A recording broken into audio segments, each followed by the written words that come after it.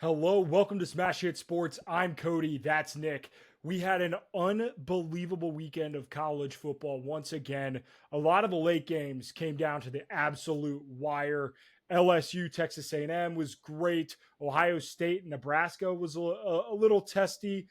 Colorado back in the AP Top 25, but we are going to recap the week, winners, losers, and dogs of the week. Little Halloween themed segment. We're going to do the scariest units in the country and then our full week 10 preview. Before we get into it, make sure to hit that subscribe button so you don't miss anything. But Nick, let's talk some week 9. And I hate to lead the show with this. It pains me truly to lead the show with Brian Kelly fucking stinks. Right, of course. But man, he kind of fucking stinks, huh? Yeah. Listen, you actually, like, the one time you fading big game Brian Kelly, you were right, and now you're right back on to shitting on him. You just have a really good read with Brian Kelly. You just very well versed in exactly how every season goes for him. No surprises there. We both picked Texas A&M. I was pretty confident about it. Like, LSU was it didn't feel like they were a top 10 team. That I'll just leave it at that. So I don't want to put too much blame on Brian Kelly though, because you're going into Kyle Field. That Texas A&M team is really good. Well, I wonder if there was a team that, like, tough road environment went into Kyle Field and won this year. Because I would just, if Brian Kelly coached a program like that, maybe he could be really successful. But Yeah, it just, it's crazy because I don't know if a team can go into Kyle Field and win this year. now I do wonder if Brian Kelly would have lost to a MAC team at home. Fair point. Fair point. But that being said, this game, I know I opened with LSU and Brian Kelly, but Mike Elko deserves a lot of fucking credit because we are in a era of college football where there's a lot of pomp and circumstance around things, and that's kind of been the case at Texas A&M for a while under Jimbo Fisher, where it was like, hey, we got the number one recruiting class, and I'm going to get in an argument at SEC Media Day with Nick Saban and say, I understand that we bought our recruits, but you've been doing it for years, Nick Saban, and all that stuff. And Mike Elko quietly comes in after losing week 1, which sucks, but is a close loss to what is now a top 10 team in Notre Dame. And he's not afraid to make big decisions and make big plays and coach to win football games. We've talked time and time again about how coaching for, like, to not lose is cowardice and it's bullshit.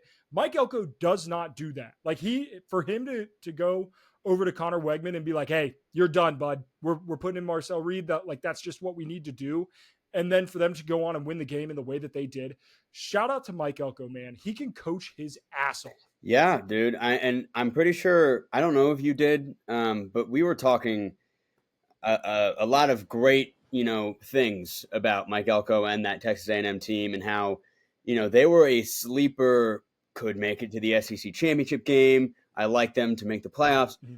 And for a little bit there, it was like, we were so wrong. But I think kind of what we were saying, what we were touching on at the beginning of the season before that loss to Notre Dame, is kind of coming to fruition, and it's rewarding to see that we were right about him as a coach. I think he's there to stay for sure, and that team deserves a coach like Mike Elko after having to deal with Jimbo.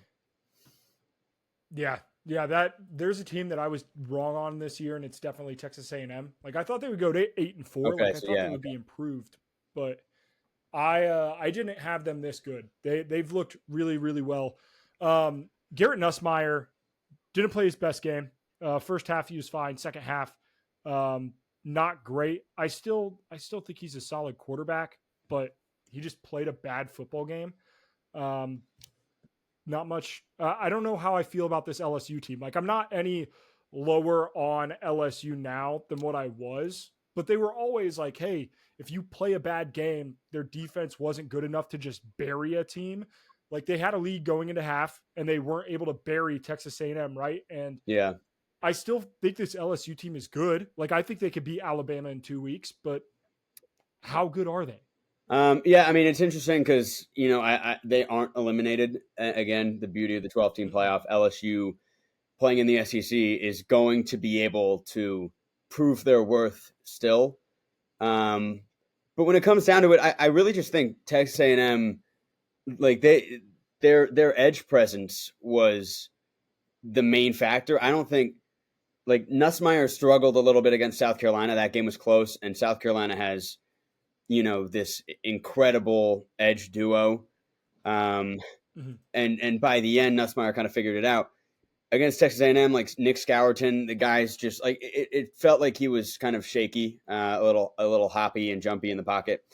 So I think he's going to be fine. Like I'm not worried about him, but it's a win out situation for LSU. Yep, and they have a tough schedule to win out on. LSU by no means has an easy road. They have Alabama, and then at Florida, Vanderbilt, Oklahoma. So still, they could get into but if they win all of them into some trouble there. Then they're probably in. They could. So I would agree. I think if they went out there, that they would still be in the which playoff. is kind of crazy. Yeah. Let's talk Ohio State. They beat Nebraska. That game was close. Came down truly to the wire. Their defense made a stop when they needed to, and that has been, what elite Ohio State teams haven't done in the past. But I come away from this game more concerned about Ohio State than I think I've ever been at any point this season. They couldn't run the ball for shit against Nebraska. Their offensive line did not look good. I have legitimate concerns about Ohio State. I honestly I don't. This doesn't hurt my opinion of them. Everything is going kind of exactly how I thought it would go when you have this much preseason hype. Like that, Oregon makes sense that they lose that game. And then it almost takes another scare to light a fire. Mm-hmm. And this is a Nebraska team. Like I was confidently all over Nebraska spread. I think I took the alternate, like it was like plus 25.5 and I took it down to 20 or 21. I was doing a video on the 3-9 Nebraska team from 2021. And I think this Nebraska team is better than that Nebraska team, although that Nebraska team could have been 11-1, which is why I made the video. Mm-hmm. But they went into Ohio State and should have won. They lost because they missed 2 field goals in the fourth quarter. And that Ohio State team was just as stacked. It was a C.J. Stroud team. It had everybody you could ever imagine. But, no one was really batting an eye in that sense. I think it's just when you have this much hype, you're expected to dominate every time. But you look at the 2018 Clemson team, which I believe is the best team I've ever witnessed in the sport. They needed a miracle to beat Syracuse at home. Trevor Lawrence went out. Chase Bryce comes in, leads like a 17-point rally in the fourth quarter. We win by 2. It happens. It happens a lot to good teams. And I don't think we have to be worried about it because for any other team where you're not nitpicking every single, they're supposed to have superpowers everywhere. You wouldn't be thinking this Ohio State team's clearly fraudulent. I don't think so. I think they're still, they should be probably, the favorite, if not the second favorite to win it all. I'm a little lower on them, but I see your point, right? When I'm saying this is the worst I felt about Ohio State, it's that I don't think they are one of the top 2 teams in the country, mm-hmm. Which is what I think most everybody thought going into the season, but I still feel good about them. I just don't feel great. But I think Will that Howard, is maybe, I think there's maybe a benefit to that psychologically. To just the whole entire energy that is around Ohio State. If the expectations from society as a whole have plummeted to you know what? I guess we were wrong about Ohio State. I guess they're the 5th, 6th best team. We'll have to see, but I think that's probably a benefit. Yeah, I would agree. Little underdog mentality. Uh, Keeping it moving to Friday night, Boise State beat UNLV. And this was a game that I knew was going to come at some point, right? There had to be a game where Ashton Genty looked Oh, human. yeah. Not that he looked human. He was I still didn't I say really I said fucking under good. 100 yards was my prediction. Yeah, and you nailed that. He still had a huge touchdown on a goal line carry where he drug like 5 Yeah, people he's into still the end amazing, zone. but But this is yeah, they had to win a game like this because at some point, like everybody's going to put 8, 9 men in the box and you're just going to have to stop him. And guess what? You still couldn't. So shout out to Boise State. That's a huge win against a good UNLV team. and their quarterback Madsen, right? That was UNLV's whole game plan was like, you have to let him beat us. We're not letting Ashton Genty beat us. Like, how many great plays can their quarterback make? And every time he needed to make a play, he stepped up, like scrambling on third downs, just extending plays. I honestly am surprised that Boise State won. I thought UNLV was going to win. Not even a shot at Boise State. I think Boise State's better.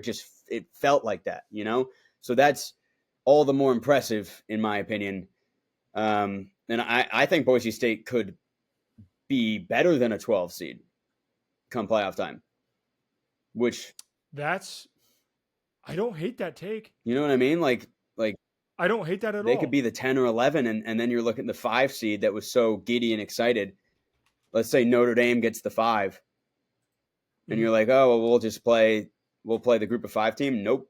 Maybe you have to play Tennessee. Or I mean, yeah, right now Boise State is ranked 15th. Like, it would not shock me if they snuck their way into 11, 10, like that. And the better Oregon plays, range. Then the more that Boise State lost to Oregon, where they very well could have won, it just proves to the committee, like, hey, this is a real team. Like, this team could win a game or 2 in the playoff. Yeah, and not to like continue to talk too much about like Boise State's play. Like, I think they are now, with maybe the exception of Army, the unquestioned leader in the clubhouse to make the college football playoff. I think it's absolutely unquestioned. But another win that looks really good for Boise State, the more Washington State wins football games, the more that's good for Boise State as well, because Washington State has a legitimate chance to go 11-1 with their only loss being to Boise State. Yeah. And they, 45-24 was the final score of that one. A 3 touchdown win against what was a Power 5 team. Like, Washington State, that's a statement. They couldn't stop the run, and Oregon couldn't stop the run either. Like, it's I don't think it's like, oh, Ashton Genty's just, he's playing against plumbers. I just think that the scheme and the fact that this is like his 3rd year there and everything is just flowing. They have been able to master up an unstoppable force with him that no one can stop. Yeah. God damn it. He's so much fun to watch too. Like, I love how they keep playing on Friday nights. They play on Friday night again this week. Yeah. Like, it's incredible. Gives me something to look forward to on Fridays. Yep. Let's talk Colorado. Late night game against UC. Colorado is now in the top 25. Crazy. And I think this is the first time that they've been in the top 25 where it's been legitimate. Because I understand that I think they were put into the top 25 after they beat TCU last year, which was just entirely too early. And that TCU team wasn't any good. I think they are now legitimately a top 25 team. Deion Sanders has done one hell of a job. Like, they are, I don't want to say like a contender, because they're not. And I don't think they're a contender in the Big 12, truthfully. However, I don't want to play Colorado on Saturdays. They're a damn good football team. Yeah. No, and I mean, you're right. Like, they deserve to be ranked. Not that, like, I think the committee or the AP poll was wrong after they beat TCU, just because, like, what do you suppose? Like, TCU was in the freaking national championship game the year before. Like, you beat them. It's week 1, whatever. The hype's all there. I do not blame them. But this actually feels very deserved.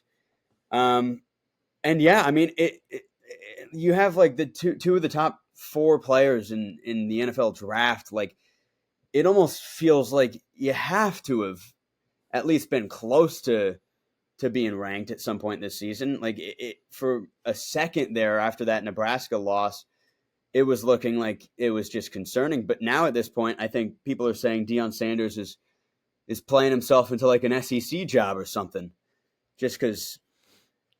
I guess because Travis and Shedeur are leaving, people are like, they're going to hire him. Someone's going to hire him. Yeah, which if you're Florida, yeah, I'd make a phone call. Whoever it is, right? Yeah, it's. I think that the hate is kind of gone, and funny enough, the hype is kind of a little bit gone right now as well. Like Colorado is ranked, but you're not seeing this implosion of opinion. It's insane. The way that 4-8 Colorado was talked about last season is twice what 6-2 Colorado is being talked about this season. Yeah. Like the hype is off the hook, which I will say, Stephen A. Smith going on First Take and saying that Deion Sanders should have gotten the Alabama job. And Deion, can you imagine? And the Florida, I think it was Alabama, Florida State, and Texas A&M. First off, can you imagine what Alabama fans would have done if they hired a coach that went 4-8 the season before to replace Nick Saban? They would have burned that fucking stadium to the ground. Yeah, I mean that's ridiculous. Like, if he was like, if he was 6-2, honestly, they would have been like, this is outrageous. We should be 8-0. So yes, it's just I don't know if Deion even would have accepted it. You know. Like that's just a tough place to go and coach. Yep. But yeah, he's been great, and that team is awesome. And Shedeur, I think, is the best player in the draft outside of Travis Hunter. Like, but yeah, I think Shedeur, he's played. Depending on who needs a quarterback, like if whoever's picking first, if the Browns are picking first, maybe they go Shedeur. I think. Yeah, I mean, I think it's one of those where like, if you take into consideration that he's a quarterback, I think he's absolutely, one of the first picks. Yeah, like one. There are some guys I like better at their positions, but like you're not drafting an elite, left tackle over the best quarterback, especially if your team needs it. Speaking of quarterbacks, Penn State beats Wisconsin, and Wisconsin was up at halftime. Penn State pulled it out in what was a fairly good game. But the biggest news from that game in my mind is Drew Aller. I think it was his knee. I think it's an MCL sprain, and it looks like he's probably out for the Ohio State game this weekend. Just sucks, man, because he was playing I thought Drew Aller the last couple of weeks was playing really good football. Yeah, he was. I think it's the same thing as what Jordan Love had, right? So it's not like this detrimental injury, but of course it happens right before the biggest game. Now, I do think that there's an argument to be had that let's say Ohio State was going to win this game regardless, and Penn State was going to be at full strength, and they just lose to Ohio State by like 20, because that Penn State absolutely tends to do that. This is actually, if Drew Aller doesn't play and that happens, you now have a very reasonable excuse. It's like, hey, we didn't have Aller. Look at how good we were with Aller. We were ranked 3, sort of like a Jordan Travis thing. It's like, if we don't have him, we're not going to be as good. We're going to be so much worse. But if we have Drew Aller, then we're going to be great. So then the committee doesn't really even care that you lost to Ohio State. Not that they would really care anyway, but it just depends. The only bad thing is that obviously I do think they could have won with Aller, but I doubt they do without. Yep. It'll be interesting to see how they go forward. I do want to say the quarterback that came in, Bo Pribula, he went 11 for 13 for 98 and a touchdown. So he did what he needed to do. He looked good. I don't think it's not like we're going to trot out the next Alex Orji here and be just at a complete loss at the quarterback position. But yeah, it definitely makes things interesting for this weekend. Last team I want to talk about for week 9, Notre Dame beats the absolute piss out of Navy. And I don't want to as a Notre Dame fan, sit here and beat my chest about beating a service academy at a neutral site game. Like that is like if that's our biggest win of the year, like that's not it's a terrible schedule. That being said, I want to catapult this into I think Notre Dame is essentially a lock for the college football playoff now. I think with the way that they've been playing football, their last 4 games of the year are we have a bye this weekend. We have Florida State at home. We have Virginia at home. We have Army at a neutral site at Yankee Stadium. And then we have USC on the road. I just don't see a world in which Notre Dame doesn't go 11-1. And even though that they have a loss to NIU, I think they are going to end up in the college football playoff. I do think Notre Dame fans will be pissed because I think they'll end up going in at like 9 because of the loss to NIU. I think the committee will really hold that against them. But yeah, I think Notre Dame is essentially a lock. Depends. I mean, if they go 11-1, it is a guarantee, in my opinion, that they make it. Yeah. And if you're going to beat Navy by that much, then you probably don't really have to worry about Army either. Florida State, UVA, piece of cake. The only thing would be, can USC play spoiler at the end of the year? I think they could. I genuinely do think they could. Especially with like the high stakes, like let's say Notre Dame is 9th in that CFP ranking going into that week. It's like, well, if they lose to USC, they could be out like that. I don't know. We'll get there when we get there, but I'm not willing to say lock quite yet because I think that's a pretty scary game. That's fair. I'll do it though. I'll hinge my entire happiness on the state of Notre Dame football. That's never gone wrong before. All right. You do look great. So. God damn it. Yeah. I've been happy. Before we get into winners, losers, and dogs of the week, home field, college basketball starting, which means there are even more options at home field to get the best merch in the game. Use code NICK15 for 15% off your first purchase at Home Field Apparel. The link is in the description of this video or in our social media bios. Go get some college football merch or college basketball merch or college baseball merch because they have all of the merch. And it looks damn good. Winner of the week, Nick. Yeah, my winner of the week. I'm giving it to freaking Minnesota. PJ Fleck and the Minnesota Golden Gophers. I if I had to guess, their win total was probably 5.5. They're 5-3 right now. But they just beat Maryland 48-23. Max Brosmer had 320 yards, 4 touchdowns on like 80% completion. Just everyone, the defense was playing out of their minds.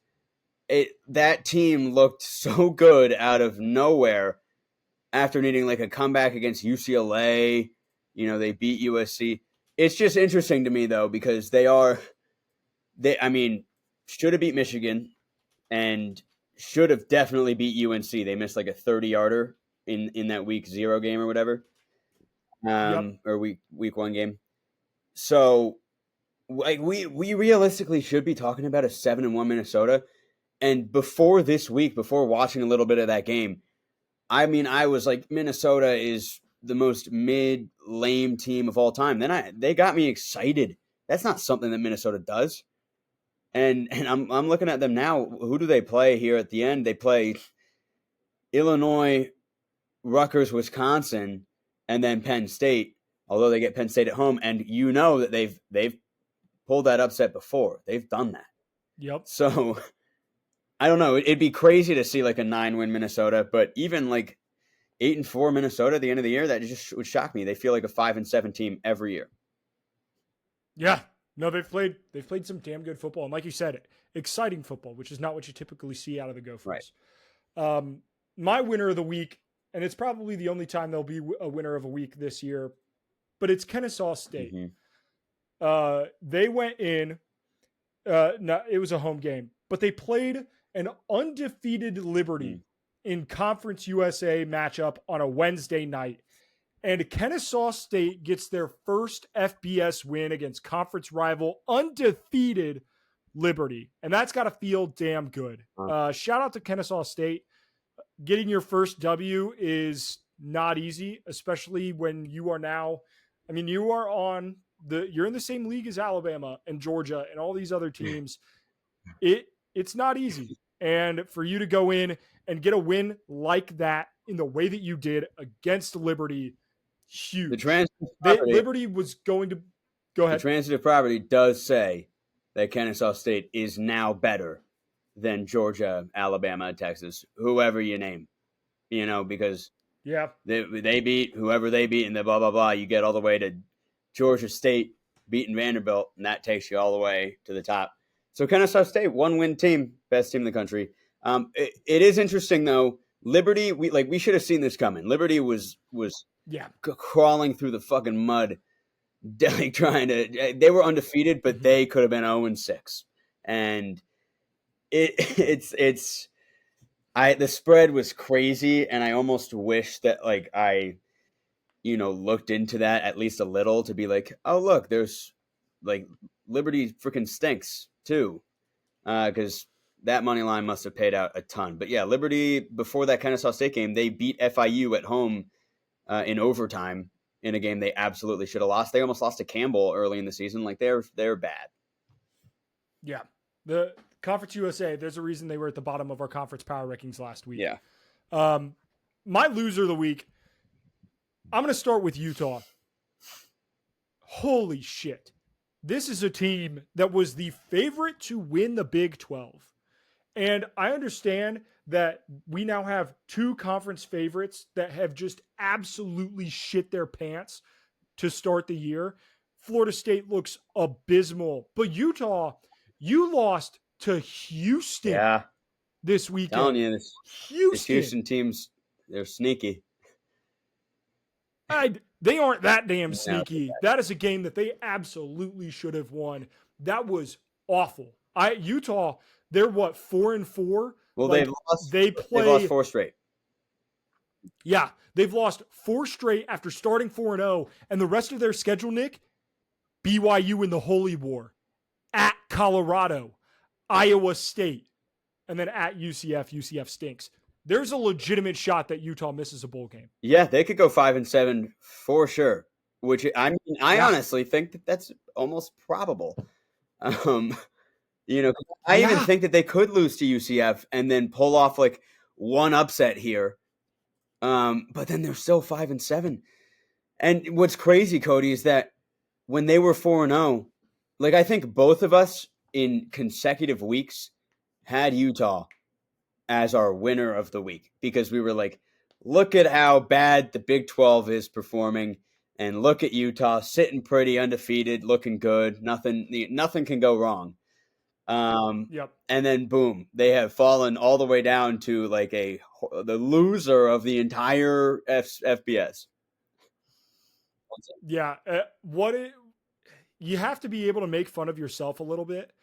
The fact that I have 2 teams in my college football playoff in Florida State and Utah who very well could not make a bowl is absolutely disgusting. I have Arizona, and they're the same way, so I can relate to that.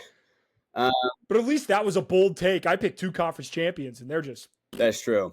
All right, well, speaking of the Big 12, my loser of the week, and I love calling out Vegas for just asinine mental errors, but who set the BYU UCF line, because we saw it. Free money. We saw it, and we were like, oh, so they're giving they think UCF is going to win by 3 here. They're giving them -2.5, and normally, that is to trick people into betting BYU. So that Vegas is haha, we got you. We win. All the public money's on BYU. But then all the public money was on BYU, and they won handedly because they're freaking a top 10 team against a not great UCF team. That was insane. That I can't believe that line. And I bet it tricked a lot of sharps, and I'm kind of happy about that. But for us, the public, we're in the winners of the week because, anyone with a rationale and logic in their brain took BYU there. Yeah, we've talked about Michigan having a very bad quarterback situation. UCF has a very bad quarterback situation for being a power conference team. Yeah.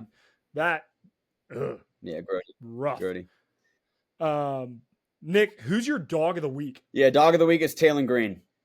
Arkansas as a whole, honestly, but specifically Taylon Green because, 5 touchdowns, 300 plus yards. He was juking people out and scoring it like in a Lamar Jackson, Louisville way, where it's just like, oh my days, like that. You just made that defender, that cornerback, like his ACL is gone.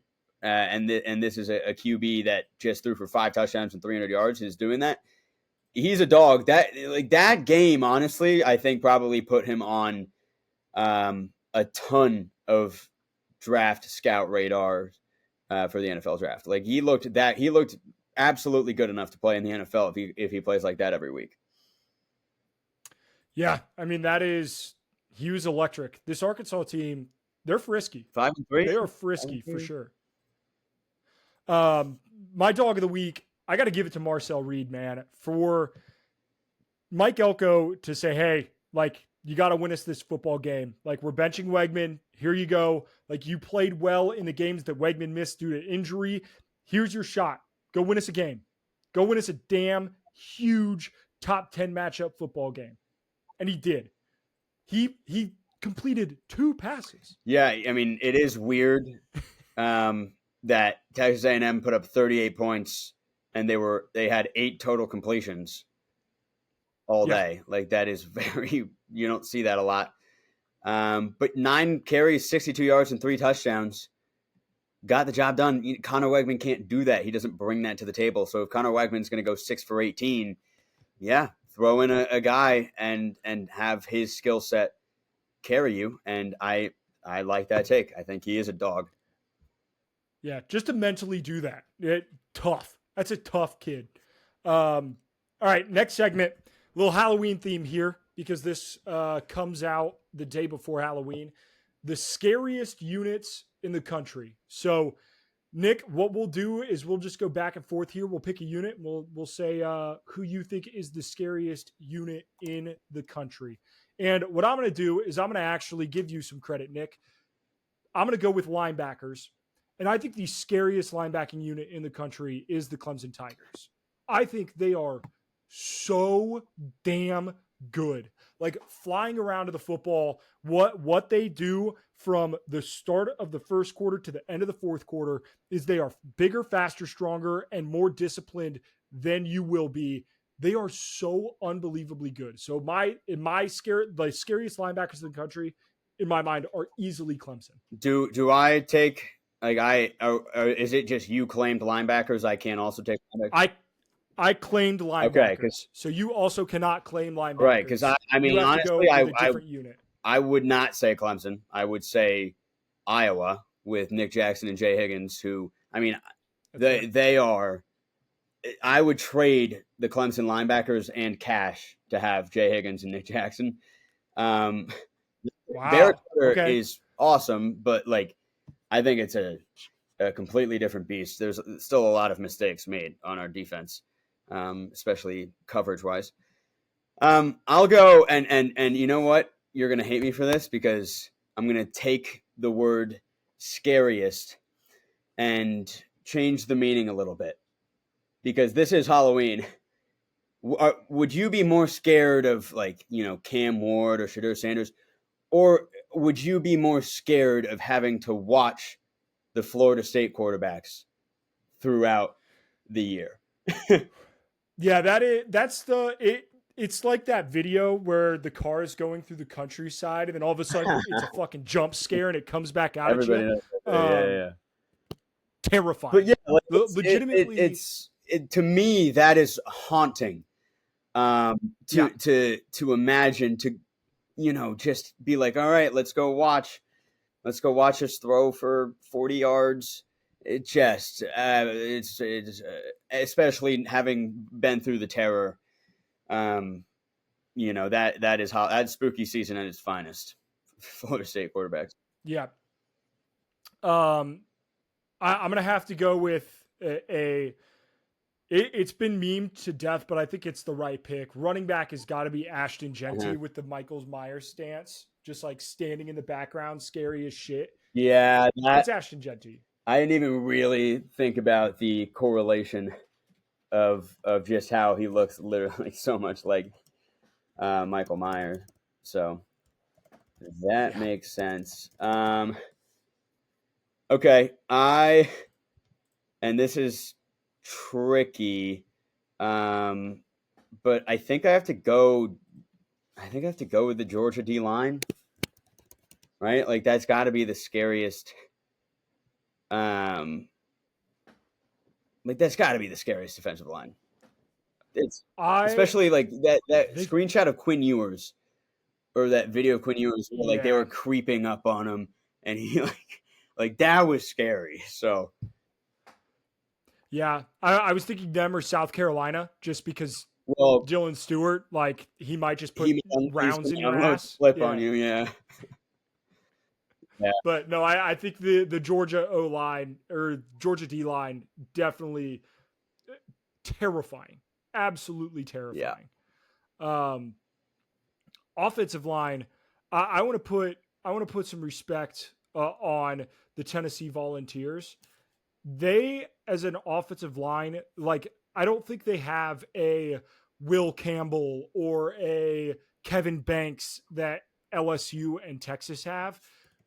But the fact that we were all so hyped for Nico Iamaleava and what that offense could do throwing the football, and then for them to just come out and run the ball down your damn throat with Dylan Sampson and to win games that way, that's how they beat Alabama. They were just tougher up front. Yeah. That's a scary thing to do. So I'm going to go with Tennessee's offensive line. Don't hate that. Awesome. Don't hate that. I think I would have gone Texas, but I like Tennessee up there as well. Secondary, I'm going to go with Notre Dame. I'm going to go with the Notre Dame secondary. Oh, you got it. It sucks that Ben Morrison is hurt. But God damn it really does because imagine if he was still there. But you know what? The guy who's kind of taken over, Leonard Moore, is so good. Like it's just it feels like you guys are pretty loaded. In that sense. So it's probably the best secondary. Ohio State has a lot of name brand guys as well, but I'll go Notre Dame. Yeah. Mike Mickens, the defensive backs coach for Notre Dame, he recruits his ass off. Yeah. He recruits his ass off. All right. We have one position left to fill, Nick, and it's wide receiver. And let's talk through this one. Because as a unit, I think Ohio State's pretty terrifying. Right? You got Carnell Tate, Emeka Egbuka, and Jeremiah Smith. But I kind of think I want to take this a different direction. What if we just put true freshmen?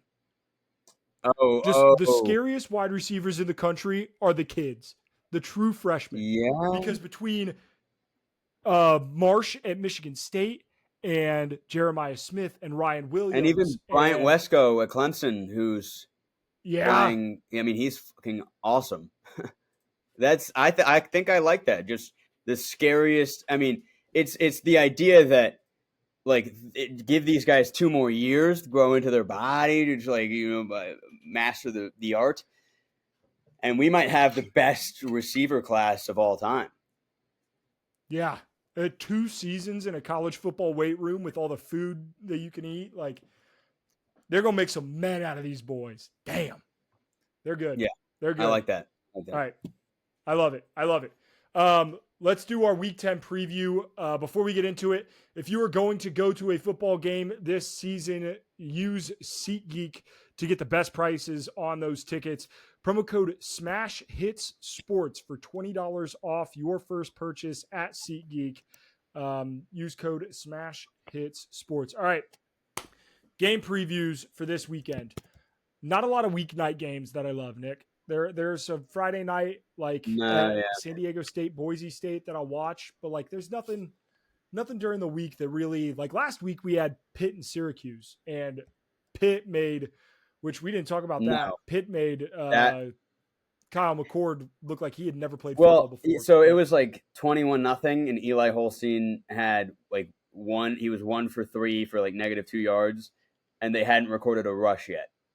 But it was 21-0. They had 3 pick sixes. I picked Syracuse, and I was freaking wrong. And now I'm set up to be wrong again because we have them here.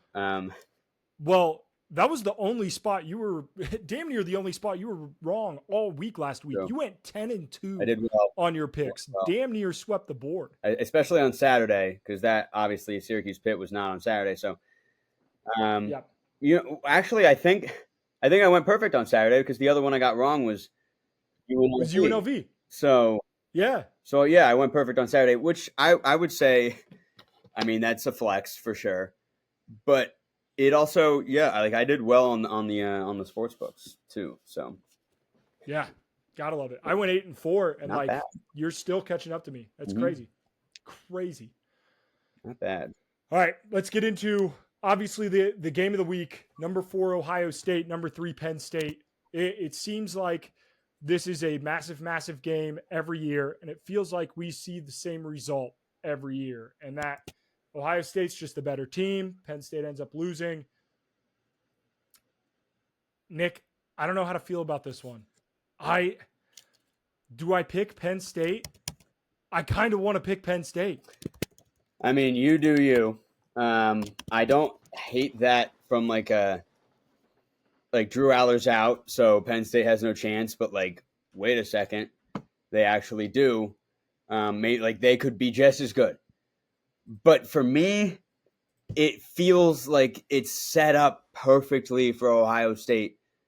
Against Nebraska, they were probably looking ahead, but even if they weren't, it's a bad enough performance for people to kind of have their expectations just sunken so much that now Ohio State, which it almost feels like they just have Penn State's number of late.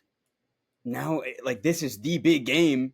This is you have this sick roster and you lost to Oregon already. Fix all your problems. Go crush this team that you play every year, mind you. You don't play Oregon every year. You also don't travel to Oregon ever from Columbus, Ohio. Yep. You're going into Happy Valley, a place that you're very familiar with going into. I mean, I think Ohio State wins this game. I really do. And I don't want to predict a domination, a crushing, but I will not be surprised if it's 48-14. I would not be surprised. Damn. All right. Well, you convinced me on that one. I'm going to take Ohio State because I think, damn. I mean, that was a convincing argument. And I agree that it coming off of Nebraska, right? I mean, Ohio State could have a look ahead game against Indiana. I get that. It is. We are in a really interesting situation. We've talked about the ACC where potentially Miami, Clemson, and SMU could all go undefeated in the conference. Mm-hmm. And none of them play each other. Gets into really weird, rules for how that game or how everything would be settled. In the Big Ten, we are also in that same situation. Oregon, Penn State, and Indiana are all actually undefeated, not just undefeated in conference. And the Big Ten's bylaws would come down to scoring margin against a common opponent. Well, there is a chance that if Penn State beats Ohio State and Indiana beats Ohio State by more than just 1 point, that Oregon could be left out of the Big Ten championship game. It would be between Penn State and Indiana. Whoa. Because Oregon only beat them by 1. So if Penn State wins by literally 2 points, that puts them ahead of Oregon. Same with Indiana. Wow. I doubt that happens. I don't think there's any shot that both of those teams beat Ohio State, but it is possible.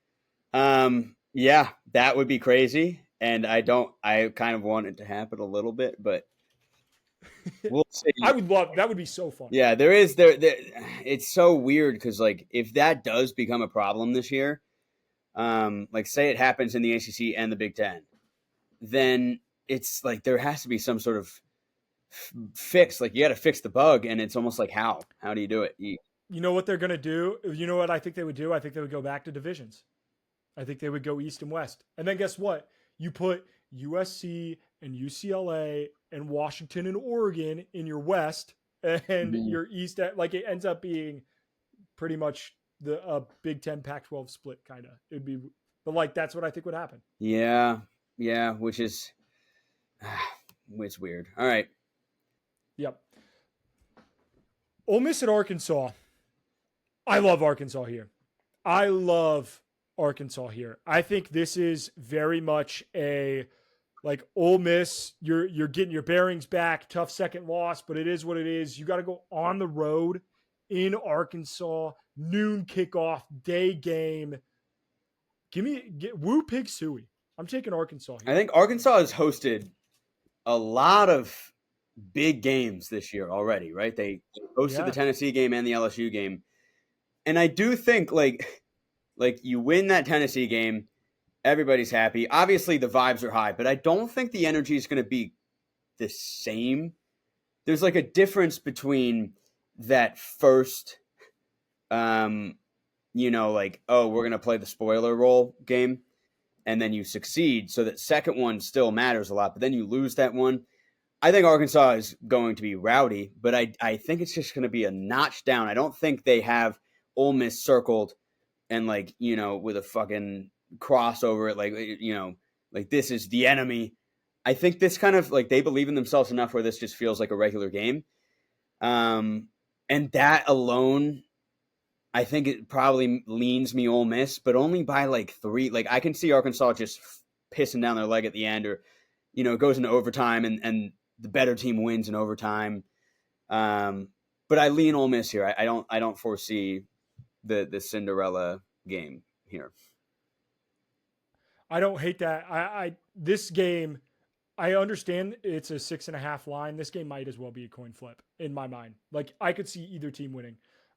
Minnesota at Illinois. Illinois is a 2-point dog. Nick is at home. Are we getting the BYU treatment here to Illinois? And like really the wrong team is favored? Or is Minnesota just good? I think Vegas just saw something in Minnesota that I also saw. And they're like, wow, wait a second. This Minnesota team is definitely better than Illinois. And I think that's true. But that doesn't mean, like, the better team doesn't always win. Illinois is still at home. There's, it is still that, like, okay, Illinois needs a bounce back. Minnesota is probably, like, likely to play worse. It feels like Illinois, I think, is the right play here. I do. But not necessarily because of the BYU thing. It just feels like it. But I'm going Minnesota because what I saw, what they showed me, what they proved to me, I can't ignore that. Because this is like the only time we're going to freaking talk about Minnesota all year. And it happens to be after I watched them play really good football. So I got to take it. I had a ton of Illinois fans in my comments this last week when I said Illinois is overrated. They're unbelievably overrated. There's no reason that they should be this high. And then they lose by 29 to Oregon. And they're still ranked? And those same... They're still ranked? They're still ranked after losing by 29 to Oregon. So once again, I am saying, what is Illinois doing in the top 25? This is egregious. And you know what those fans also said to me again? They said, dude, you're an idiot. We can go 10-2. No, you're not. Give me Minnesota. Give me Minnesota. Yes, I think Minnesota like wins. This blind optimism. Yeah, I like Minnesota here. Like, I understand that Illinois has like an easier schedule, but like you still have to play Penn State. Like you still there. No, actually I don't. They lied. They already played Penn State. My bad. Yeah, they play Minnesota, Michigan State, Rutgers, and Northwestern. They'll go 7-5. And so we're going 10-2. We can still make the playoff. No, you can't. You're losing to Minnesota this weekend. See ya. Virginia Tech, Syracuse. I have to ride Virginia Tech here. The reason that I have to is for the sake of my bets for preseason, because I bet Virginia Tech over 7.5 wins. I think I also bet them over 8.5 wins. I need this for Virginia Tech. I need this. They are still alive. And I think, right? Like they're still alive. I think they have one ACC loss. So let's still alive. Give me the Hokies On the road, Carrier Dome's not that scary of an environment. They're 5-3, so yeah, they need to win out for you to hit over 8.5. Yep. I'm going Syracuse here. I just like, how can it get any worse than that Pitt game? Like that's one of those that like sometimes you lose a heartbreaker, or you just get beat. But that's one of those that just pisses you off because it's like we didn't even get a chance to prove like that we were like competent in the slightest. Like that, the game was fucking over immediately because of this fluky, shit. That I don't know. It's that type of thing where it's like they're probably going to be more out for blood than even if they like lost a heartbreaker or something. So I'm gonna go Syracuse, but they're dead to me if they drop this one as well, because then I'm 0 for 2 in 2 weeks. I love that, the dead to me game. I mean that's huge.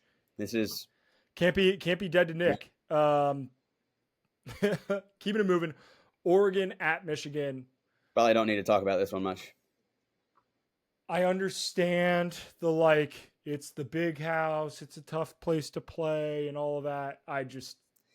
If Michigan showed like anything, if they showed like a flash here or there of like ooh, 60-yard catch, ooh, like non-conservative play calling, like oh, they're trying something, like then I'd be like maybe they can do it, but there's no way. There's just no way.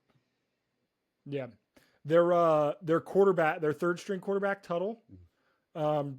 Oh yeah, I saw he retired because of another concussion, which sucks, but that's kind of the state of the Michigan program at the moment. They sold their soul.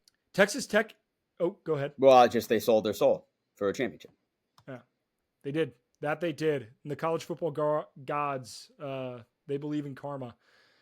Texas Tech at Iowa State. I hate Iowa State, dude. I freaking hate them. I really like Texas Tech here. I mean, I think Texas Tech freaking stinks a little bit, but I hate Iowa State. So, like, I love that. You should do it. I don't have the gall to do that. But Iowa State should not be where they are. They are. That's like the 14.5-point favorites at home, like 2:30 local kickoff. Surely there's no way Texas Tech just comes in and beats them. Texas Tech, who did Texas? They just lost to TCU. I think they beat them. Then they beat TCU. Then maybe they just lost to Baylor. Yeah, they did. They just lost to Baylor 2 weeks ago. Yeah. Yeah, I loved that. I loved Baylor in that spot. Okay. Oh, no, they just lost to TCU too. They did? So, yeah, 35-34. Oh, how? What? Dude. Yeah. How? Oh, my God. I watched. TCU scored 14 points. I watched a good amount of that game. I'm not going to lie. That is so shocking. Yeah. It was 31-14 Texas Tech. And I think TCU was like 4th and 20 in the third quarter. And I was like, no need to watch this anymore. That's crazy. That's the second time that's happened. TCU against UCF that happened, where I was like, game's over. And it's not. I'm missing out on some glorious college football comeback cinema. So I'm going to have to watch the highlights of that. That is. Yeah. And Iowa State hasn't played anybody. They played Iowa. They beat them by 1. Outside that is my main point, is that they looked so bad. If you watch the first half of that Iowa State game, you would be like, oh, Iowa State's probably a 0-win team. They went scoreless. They went scoreless in the first They half. had 7 yards. Every attempt at an offensive play was embarrassing how bad it was. And I'm sitting here watching this as an Iowa believer, and I'm just like, oh my God. I mean, Iowa's defense is good, but it's not this good. Iowa State clearly awful. And then they freaking are ahead of Clemson in the rankings. I'm like, what the hell is going on here? And yeah, if they make the college football playoff, I will riot, because that's a bad team. Yeah. I'm going to take Texas Tech. I'm going to shatter their dreams. Yeah, funny enough, I am Florida, Georgia here. If that I okay. I don't know if I said that, but I got to make up some ground. If you're going to take Texas Tech, I'll take the 14-point favorite. Yeah, I mean you're making the smart decision, but sometimes you got to play with fire a little bit. Oh, I know. Florida at Georgia. Georgia. But I would love to go to this tailgate at some point. Same.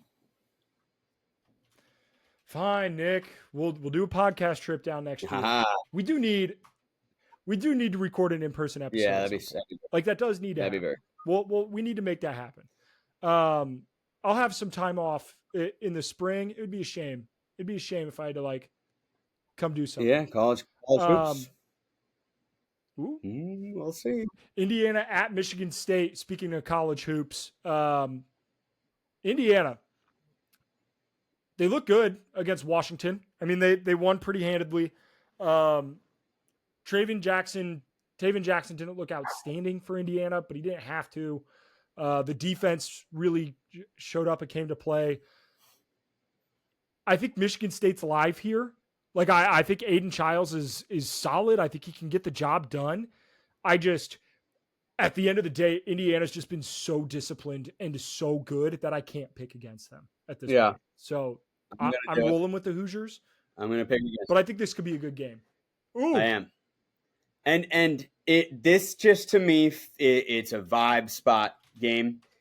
Indiana, like I fear that when we post the graphic, any Indiana fan is going to be like, oh, like, how are you like fading Indiana? Like you're such a hater. It's like, no. I am a lover of this team, and they have proven to me that they are so good and so deserving of all the joy and happiness and everything. But it's just a vibe spot, man. Like, again, this to me is a look ahead to Ohio State. You know, and it's also after college game day on the road. You know what I mean? You're going from the highest to highs. You're like undefeated, and the ego. If the ego wasn't like Indiana was probably when they were 6-0, they were probably still riding this like, oh, they're doubting us. And then you get game day, and this inflation of like this team has changed Indiana football forever. We are the best. They build the stats. Yeah. You know, and you're freaking still undefeated. You're almost in the top 10. You're going into Michigan State, a team that doesn't scare you really, but boy, do they have the ability to beat you on the road. And Michigan State's probably in this spot coming off Michigan State looks pretty they're not the season is not over for Michigan State. They're still they're going to treat this game as if this was, prime Ohio State. They're going to go crazy in this game. It's just a lot of signs are pointing towards Michigan State. Yep. I don't hate that. I don't hate that pick. Wisconsin at Iowa. Iowa's a 3-point favorite. This game's night game at Kinnick. They'll do the wave. It'll be, an awesome environment. Iowa, I cannot get my finger on the pulse of Iowa this year, because at times, like when they beat Minnesota, they look great. When they dominated Washington and they dominated Northwestern, but then they lost to Michigan State by 12. Yeah. That was such a weird game. Like I can't figure out Iowa. No, they are weird. They are very weird. Who do you have in this? I have Iowa. I am a believer in Iowa. I still think Iowa, is contending for some legit things right now. But this is a big test. Wisconsin's looked pretty good. Wisconsin football, I think, is on their way back. And it's scary. But I think probably the main reason I'm Iowa is, as you said, this is a night game at Kinnick. This would be a really sad loss. You can't lose, not for the kids. Can't do that. Yeah, good point. Right? Good point. You can't lose for the kids. For the kids. I'm also taking Iowa here. This seems like a classic. Just you get right and you stay right, and then they end up finishing the season 9-3, and you're like, oh, it's Iowa football. That's what they do. Yeah. And I don't. You can't. Death, taxes, and Kirk Ferentz. They just continue to be the same year after year after year. Texas A&M at South Carolina. This is a huge spot for South Carolina. and they've had several of them this year. They had Alabama on the ropes, and they couldn't get the job done. They had LSU on the ropes, and they couldn't get the job done. And now they get a top 10 Texas A&M team to come into their place. Like South Carolina, I believe, has only lost to ranked opponents. Yeah. At some point, can they get the ball across the finish line? This has to be the spot.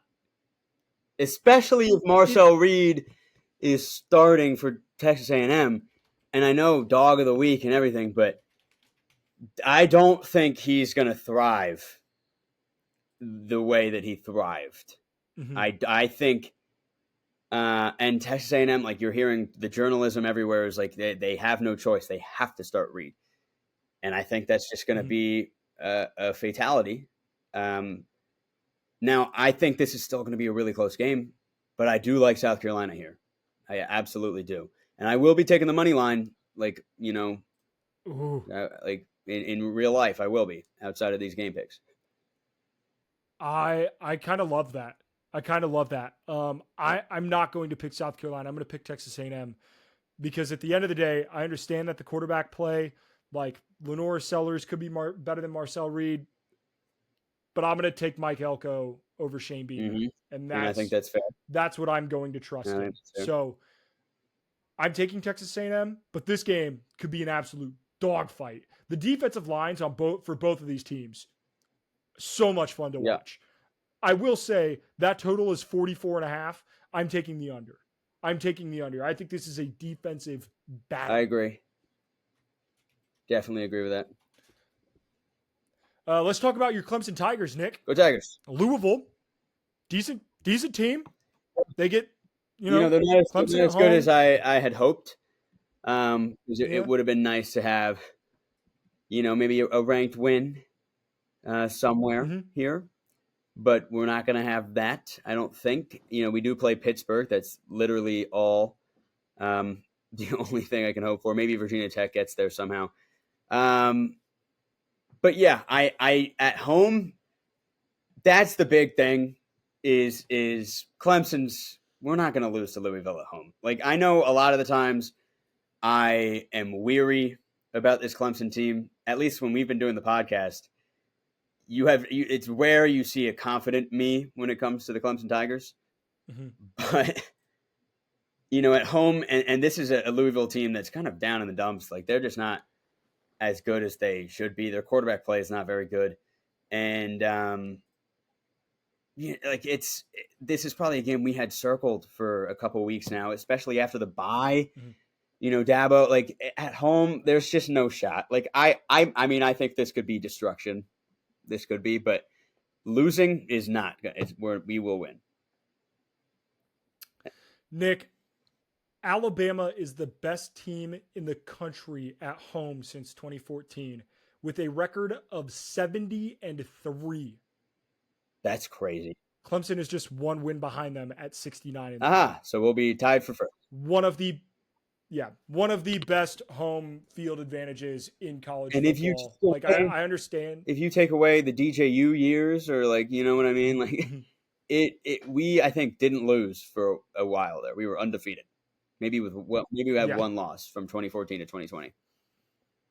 Yeah, I think you may have had one of the best runs in recent history as a home team. Like, truthfully, very, very, very good. So, yeah, I'm taking Clemson here as well. I think you would be a fool to not take them. Which leaves our last game of the slate, a ranked Pitt at SMU. And before we even talk about this game, I want to bitch. This could have been my loser of the week, but I can't do a pre-loser of the week. Why on God's green earth is this game on the ACC network? You have a ranked matchup in the ACC, and then you're going to put this on the ACC network? Hey, you wonder why your conference is failing and falling behind ACC? Because you're a bunch of fucking stooges who can't figure out how to schedule the right. This is a night game, 8 p.m. kickoff, and it's on ACC network. You should be ashamed of yourselves. This is absolutely should be a potential primetime game in that 7:30 slate. One of the only ranked matchups we get all weekend, and it's on the ACC network. This is ridiculous. Yeah, this should be like the ABC night game. Yes. I mean, it's the best game at night. Like you're absolutely right. That I mean, at least it's not on the fucking CW, right? Like ACC Network's a step up from like I bet you money Clemson Louisville's freaking on the CW. It's so annoying. We just have no broadcast rights, and it's terrible. But besides the point, curious as to who you're taking, because I actually would flip flop if you take who I have written down. For what it's worth, Louisville Clemson's on ESPN. Oh, come on. So, and to be fair, like that again, this was a game that was circled by a lot of people. Like SMU Pitt wasn't supposed to be better than Louisville Clemson, especially a Clemson team that probably garners a lot of media interest. This is one of the few games that you can even put on ESPN for Clemson on prime time. So that's probably the reason, if I had to guess. Clemson, you can honestly blame Clemson more than you can blame anyone else. ESPN2 is TCU Baylor. Like, come on. What are we doing? Yeah, whatever. I mean, I'll be watching SMU. I have ACC Network, so I'll be watching. Yep. That being said, this game, I'm torn. So am I. Preseason me wants to take SMU. It does. But I've watched enough Eli Holstein football to know that this guy can win any football game. It's very true. It's very scary. He can. Yeah. He's that good. I'm going to take Pitt on the road as an underdog. Right. And I don't love it. The 7.5 point line. However, one of these teams has shown weakness, and it hasn't been Pitt. So give me the Pitt Panthers. Yeah, and I will go with SMU. But the thing is, the thing that scares me so much is that I have bet against Pitt multiple times now, and it has bitten me because in the fourth quarter, it just seems like they turn it up a notch. Like I could be watching this game. SMU just looks so good. It's 31-17. Pitt has not looked good. And I'm like, well, okay, so I feel good about this SMU pick, and all of a sudden, Pitt wins the game. That's what scares me. They're just the cardiac cats. And so, yeah, it's really a toss-up in my mind. The spread is crazy, in my opinion. But I'll take it. Yep, should be a very, very fun game. I'm looking forward to it. That being said, a bunch of incredible college football this weekend. We will have our college basketball preview coming up here at some point. It'll be right around feast week. I can't promise that it'll be before the first game tips off, but it's not unnecessary for it to be. We also will get a lot of information pre-feast week that I would like to have before we talk about it, because I don't want to just be, like, oh, these guys transferred here. It's like, yeah, we all know that by now, right? So yeah, we got to watch some more secret scrimmages. That's the thing. The secret scrimmages that are on TV. I need to get back in the Trilly Donovan Discord so I can get all my secret deets, all my details. But yeah, all right, that wraps it up. Good luck this week, Cody. Yep. We will hit that like button, subscribe to the podcast, and we will see y'all in the next one. Adios.